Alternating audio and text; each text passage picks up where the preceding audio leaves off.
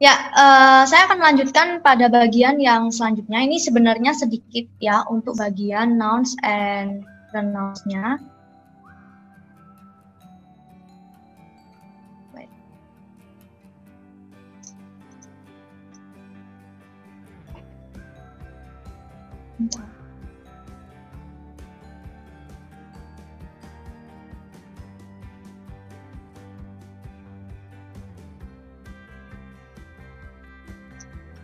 Oke, nouns and pronouns.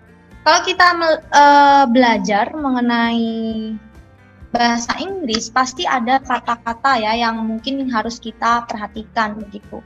Nah, di sini Miss akan kasih pertanyaan kepada, saya beri pertanyaan ya kepada kalian, mungkin dijawab melalui via chat.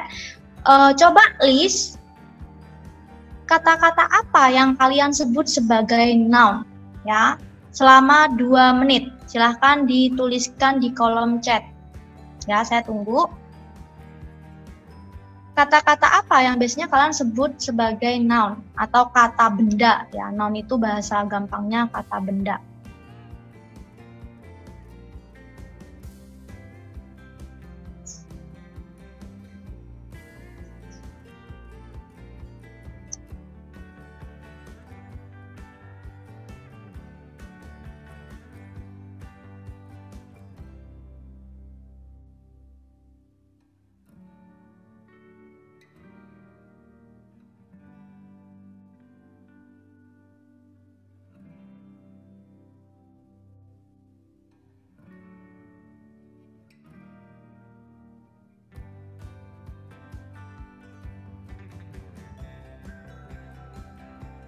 Ya, baru 1 orang ya.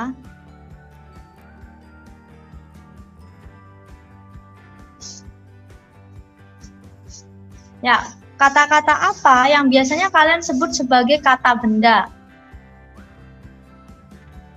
Masih 1 orang yang menjawab ya. Coba kalian list selama 2 menit ini di kolom chat kata-kata apa yang kalian sebut sebagai kata benda.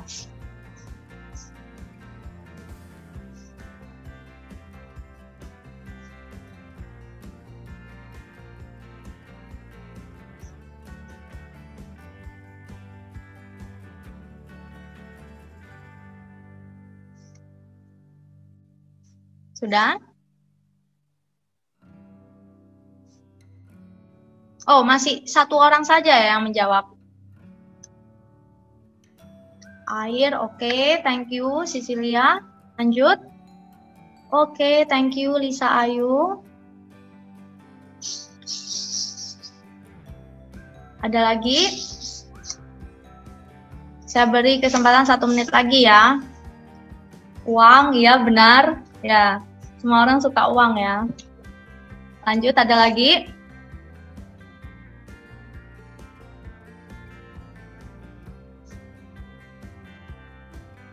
Oke, mainan boleh. Oke, good. Oke. Oke, ball, bat, car, table. Ya, boleh.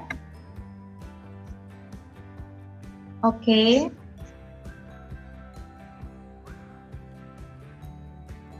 Ya. Oke ya, thank you ya buat partisipasinya, sudah menuliskan kata-kata yang menurut kalian ini adalah kata-kata benda. Jadi sebenarnya kata benda itu bisa berupa apa saja. Yang pertama, orang. Jadi Ayu Dewi Sihi nama orang ya, dari nama yang zaman dahulu kala sampai nama yang zaman sekarang itu masuk ke dalam kata benda. Itu dalam bahasa Inggris seperti itu. Kemudian semua macam buah-buahan. Ya, mulai dari mangga, pisang ya, semuanya macam-macam buah-buahan dia masuk ke dalam kata benda. Animal. Ya, terus apalagi setelah animals ya, benda di dalam kelas kita, bahkan benda-benda alat transportasi, baju ya, rumah, properti, dan mungkin alat komunikasi, ya banyak sekali. Dan semuanya itu kita kita kategorikan sebagai kata benda. Jadi kata benda itu tidak hanya menunjuk kepada hal yang mati, tetapi hal yang hidup, makhluk hidup pun juga masuk ke dalam kata benda. Begitu ya. Nah, kadang kita bingung ya, Bu, nounnya manusia kok masuk dalam kata benda nih? Iya, dalam bahasa Inggris demikian. Jadi kalau dalam bahasa Inggris,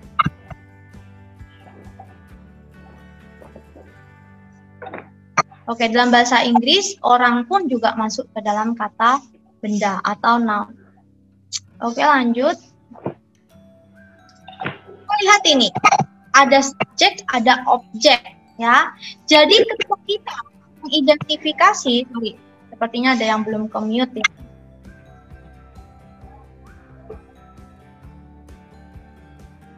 Oke. Ketika kita membuat satu kalimat, maka kita harus mengidentifikasi mana kata benda yang sebagai subjek dan mana kata benda yang sebagai objek. Nah, di dalam pembuatan kalimat, kalau kita sudah tahu mengidentifikasinya, maka kita mudah nih menentukan ini kata benda yang bagian apa, begitu ya. Contohnya yang pertama ini, birds fly.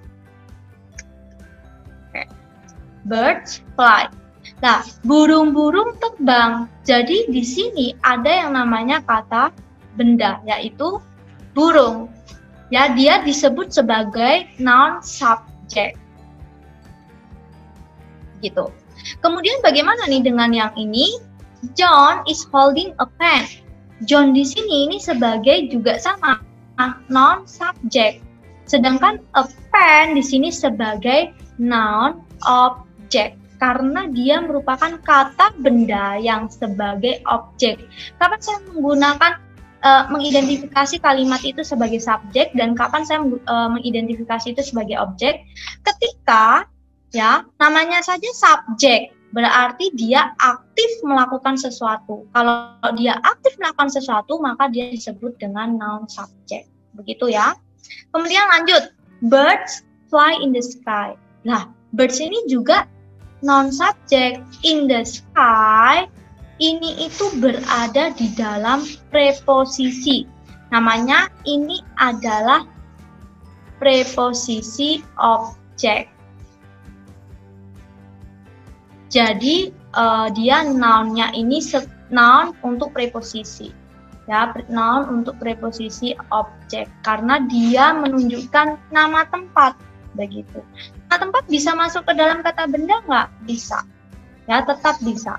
Lanjut, John is holding a pen in his hand. Sama, John di sini tetap noun subject, a pen ini noun object, lalu his hand ini noun preposition. Ya, jadi dia ini adalah kata benda juga, tetapi di dalam preposisi. Nah, ketika kita sudah tahu mengidentifikasi ini, maka kita gampang nih. Nanti kalau saya buat kalimat, harus ya, kalau dalam bahasa Indonesia kan sudah jelas ya, SPOK, pasti ada predikatnya. Nah, kalau dalam bahasa Inggris juga sama, harus ada verb-nya. Jadi satu subjek nanti diikuti dengan satu verb. Kalau kita sudah tahu konsep ini, maka nanti ketika kita mengerjakan tugas atau chapter-chapter selanjutnya kita akan dimudahkan. Apalagi kalau kita sudah memasuki materi yaitu klausa, tentang klausa, atau juga kita akan mengidentifikasi grammar check up untuk TOEFL, begitu. Jadi ini adalah hal yang paling dasar. Jadi kita harus tahu dulu ketika kita buat kalimat, maka kita wajib tahu subjeknya, lalu kita harus tahu verb-nya. Begitu. Saya lanjutkan. Oke, lanjut. I don't like cold water. Nah, bagaimana dengan noun yang dia memiliki sifat? Jadi ketika kita membuat noun yang memiliki sifat, maka sebelum noun harus ada yang namanya adjective. Jadi peletakannya, kata sifatnya itu sebelum adjective. Saya beri contoh, I don't like cold water. Cold water, waternya ini yang disebut noun. Kemudian cold, happy ini disebut adjective. Tata letaknya, cold ini harus sebelum noun. Jadi kalau saya bilang, saya nggak suka air dingin. Bukan membuat kalimatnya kalau biasanya ya untuk yang masih awam, I don't like water cold. Bagaimana Bu kalau saya buat kalimat seperti ini? Ya ini kurang tepat, salah. Tata letaknya ketika kita memberi nama noun yang memiliki sifat, maka yang sifatnya ini harus diletakkan sebelum noun. Lanjut, Alex is a happy child. Maka ini noun-nya, happy-nya tetap diletakkan sebelum noun. The hungry boy, ini boy ini noun-nya. Hungry ini adalah adjective-nya. Maka dia diletakkan sebelum noun. Has a fresh apple. Apple. Atau apple di sini noun-nya, fresh di sini adjective-nya. Sama juga the weather is cold. Nah, kalau seperti ini berbeda. Karena dia tidak punya noun, maka dia bisa menggunakan ya udah cuaca itu dingin. Hanya saja kata adjektif ini menggambarkan noun yang diceritakan atau yang disebutkan dalam kalimat. Begitu. Jadi ingat kalau kita buat kalimat, adjektif ini wajib terletak di sebelum noun. Nggak boleh setelah noun baru adjektif seperti contoh yang saya garis silang ini. Ya, jadi noun ini kalau dia memiliki sifat, adjektifnya harus diletakkan di depan. Oke, lanjut. Subject pronoun and object pronoun. Ya, saya kemarin sudah bahas ya di pertemuan pertama kalau salah perkataan ya. Ini subject pronoun ini apa saja? I, we, you, she, he, it, they. You-nya kok ada dua. Ada you yang yang artinya kamu, ada juga you yang artinya kalian. Ya, sorry ini kayaknya warnanya bisa diganti nggak ya? Oke, kayaknya nggak bisa, kelamaan nanti. Nah, you di sini ada kamu dan di sini ada kalian. Bagaimana saya menggunakan membuat contoh kalimatnya? Contohnya, I can speak English. Ya, saya dapat berbicara bahasa Inggris. Bob knows me well. Berarti saya di sini nggak boleh pakai kata I lagi karena saya di sini sebagai objek.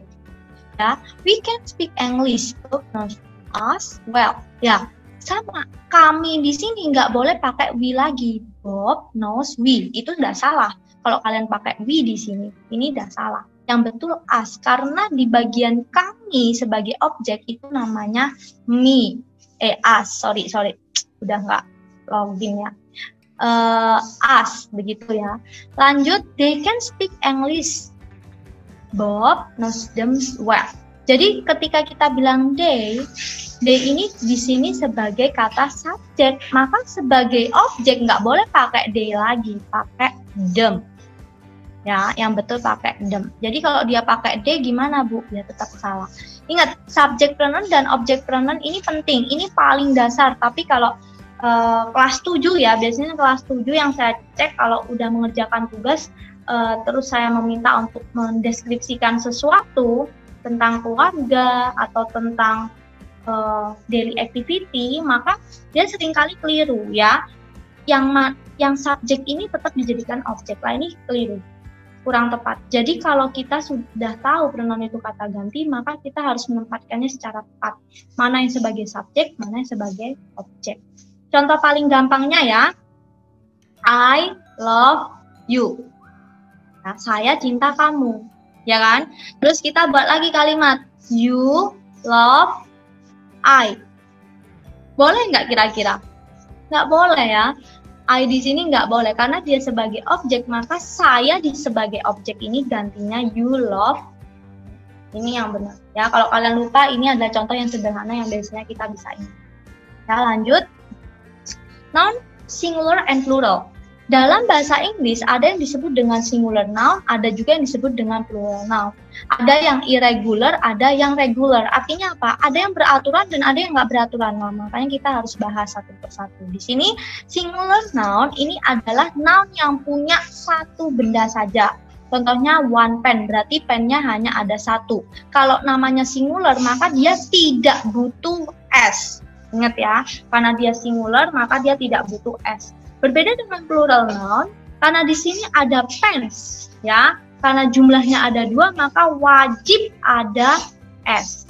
Ya, ini hati-hati. Kalau kita buat IC atau motivation letter, ya, untuk mendaftar beasiswa, kita seringkali jatuh di bagian hal yang kecil ini. Ya, mana yang plural, mana yang singular, kita salah untuk memberi S-nya. Padahal ini yang paling dasar.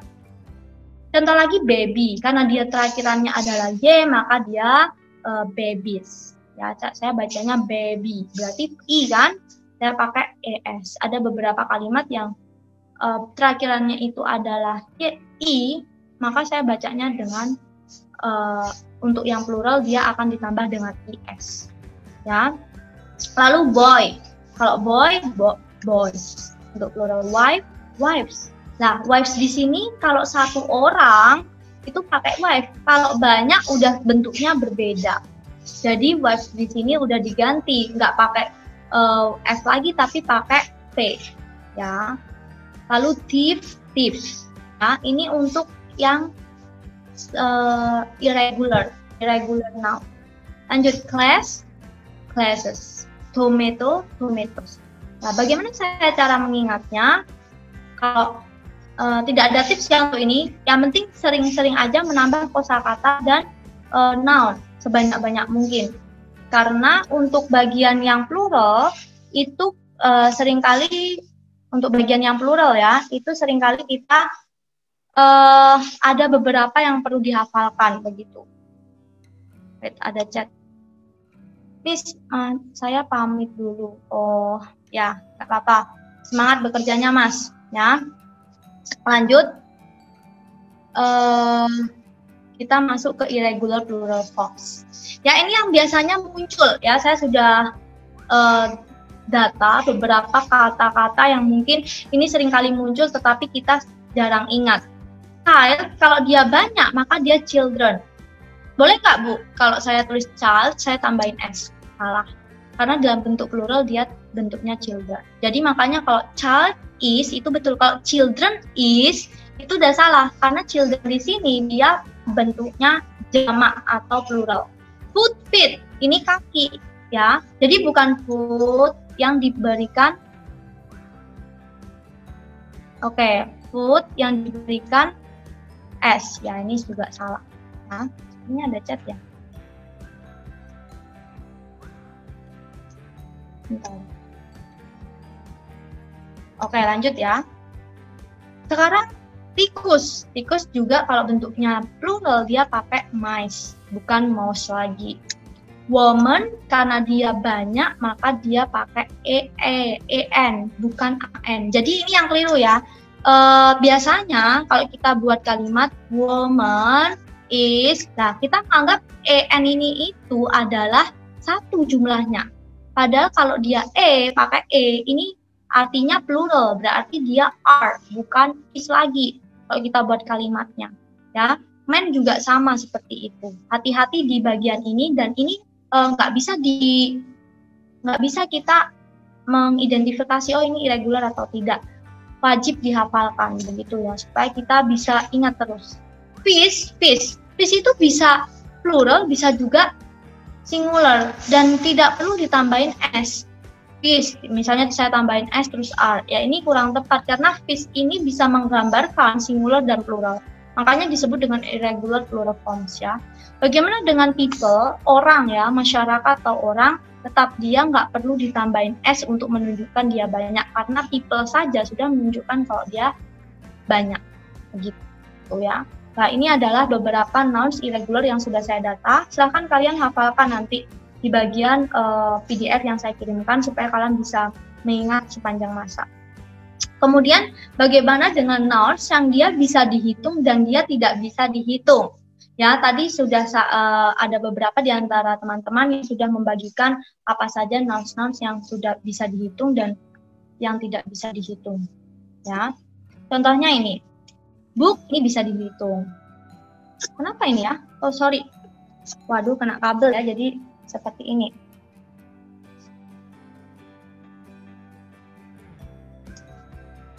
Sorry.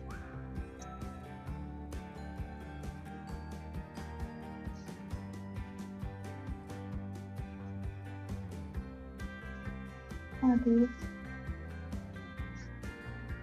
Sorry ya. Wait.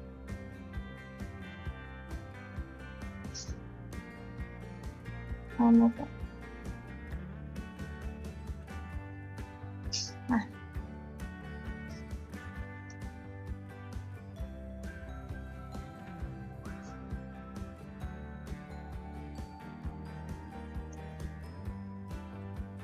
Ya, kita masuk di sini kan tadi. Ya, jadi count itu ada yang bisa dihitung dan tidak ada.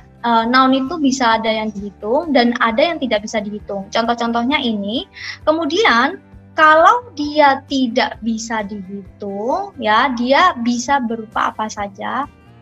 Sesuatu yang biasanya kayak money, advice, help, information, paper, merica, ya, rice, tea, dan lain sebagainya, coffee. Nah, di situ tidak bisa dihitung. Makanya dia masuk ke dalam, kalau kita buat kalimat, kita lihatnya dia sepertinya memang uncountable noun. Ya, disebut dengan uncountable noun. Sedangkan kalau count ini, di count noun, dia bisa dihitung. Nah, bagaimana cara saya membuat kalimat dengan ini? Kalau dia plural, tinggal ditambah S saja. Lalu kemudian kalau ini, Bu, gimana? Ya, ini ada beberapa yang bisa ditambah S, ada juga yang belum bisa. Begitu ya.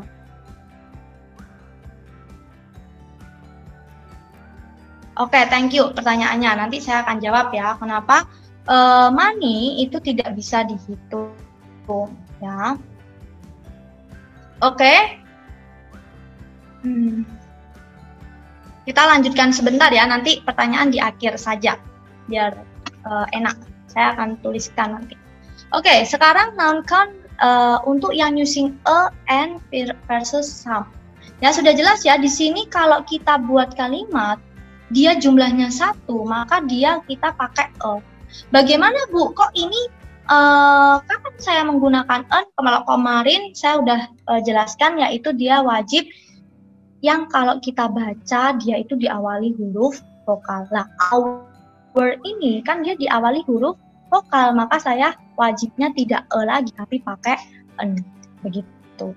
Kalau some ini menunjukkan banyak atau beberapa. Karena dia beberapa, maka saya wajibnya memberikan kata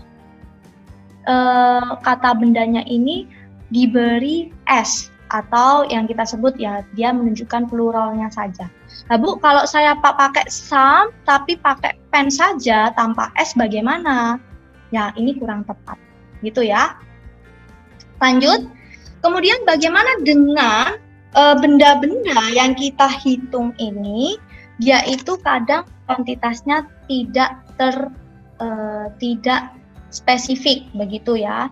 Kita lihat mengukur benda-benda yang tidak dapat dihitung, kita bisa menggunakan alat ukur yang lebih spesifik seperti a cup of, a glass of, bla bla bla, a box of, a tube of, ya, a tube of.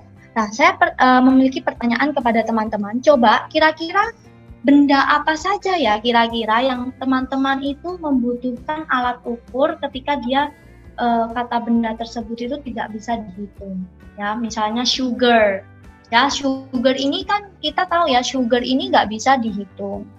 Nah, maka dia bisa digunakan untuk kita mengukur, ya, mengukur benda ini, atau kita memberi ukuran satu benda ini, kita bisa menggunakan a cup of, a piece of, a box of, a tube of, seperti itu. Jadi teman-teman bisa list nih, kalau misalnya benda-benda itu tidak uncountable noun atau non-count noun, kita bisa masukkan ke dalam bagian ini ya. Karena kalau kita buat kalimat I like some water, saya suka beberapa air. Nah, ini kan kuantitas water ini tidak spesifik. Begitu. Bagaimana saya bisa membuat kuantitasnya spesifik? Maka kita harus punya ukurannya. Nah, ukurannya berapa? Itu ada beberapa contohnya ya. Sudah saya sebutkan di contoh-contoh ini. Begitu. Oke? Oke. Using the, ya. Sekarang, where is David? He is in the kitchen. Ya, dia di dapur. Nah, kapan saya bisa menggunakan the? Ya, the ini masuk ke dalam artikel. Ya, artikel. Nah, Sekarang kita lihat the di sini itu ya biasanya kita gunakan apabila si pembaca atau pembicara dan pendengar itu mempunyai pikiran yang sama atau benda yang sama tentang apa yang mereka katakan. Jadi mereka sudah tahu pasti. Begitu. Contohnya ya, saya pergi jalan-jalan ke taman, lalu ada pohon apel di situ. Saya berjalan bersama teman saya. Lalu saya bertanya kepada teman saya, ya, misalnya saya bertanya kepada teman saya, apel mana yang akan diambil, begitu ya. Nah, baru di situ saya udah tahu nih apelnya yang mana, dan dia juga sudah beritahu apelnya yang ini, misalnya. Ya udah, apelnya dari pohon X misalnya. Ya udah, berarti dia bisa ya, I take an apple, I take an apple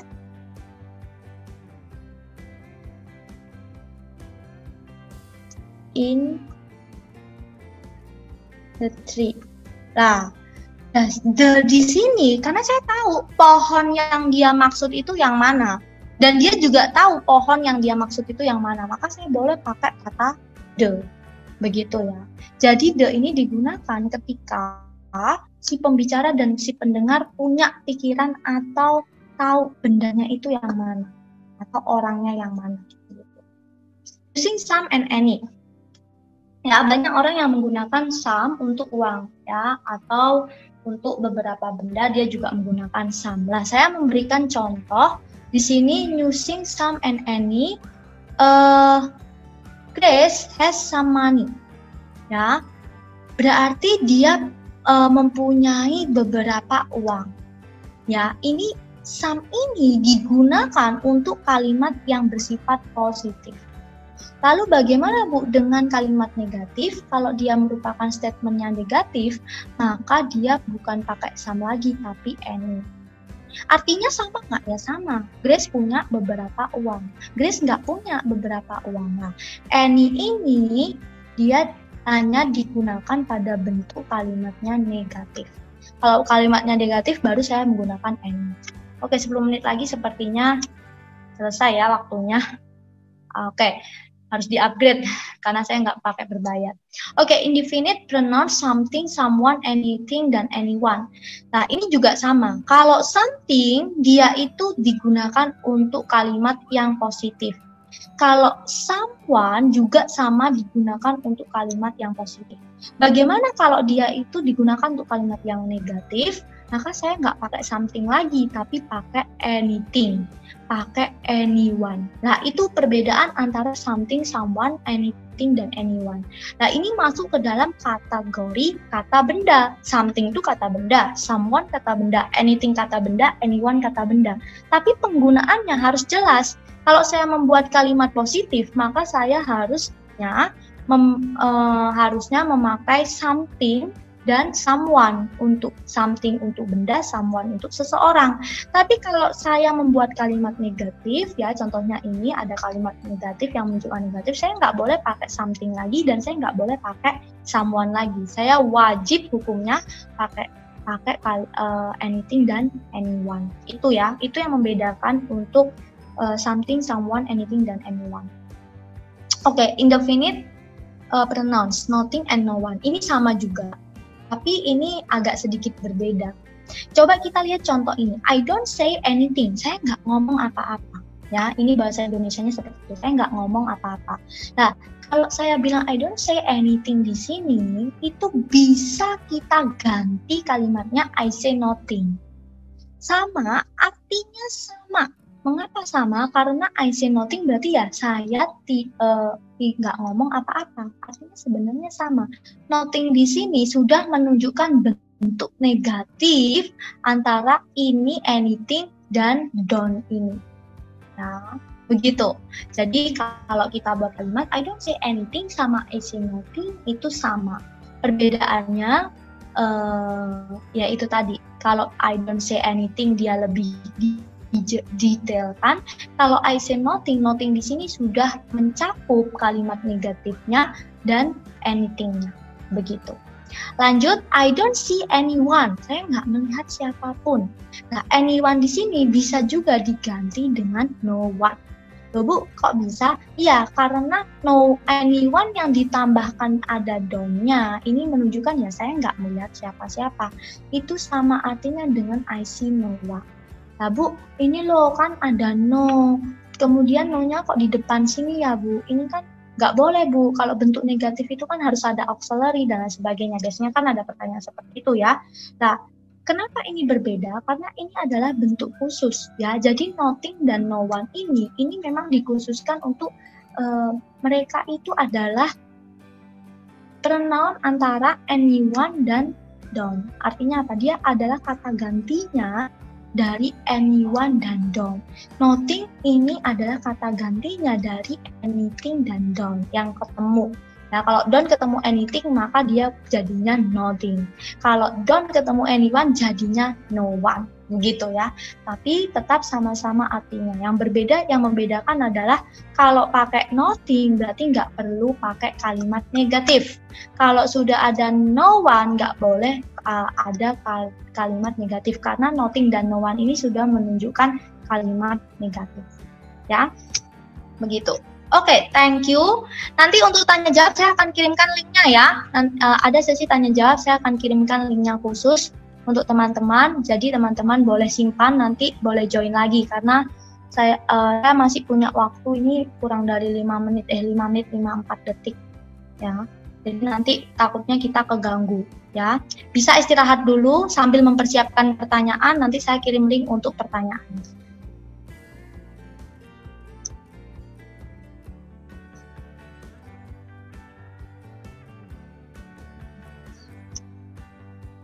Oke.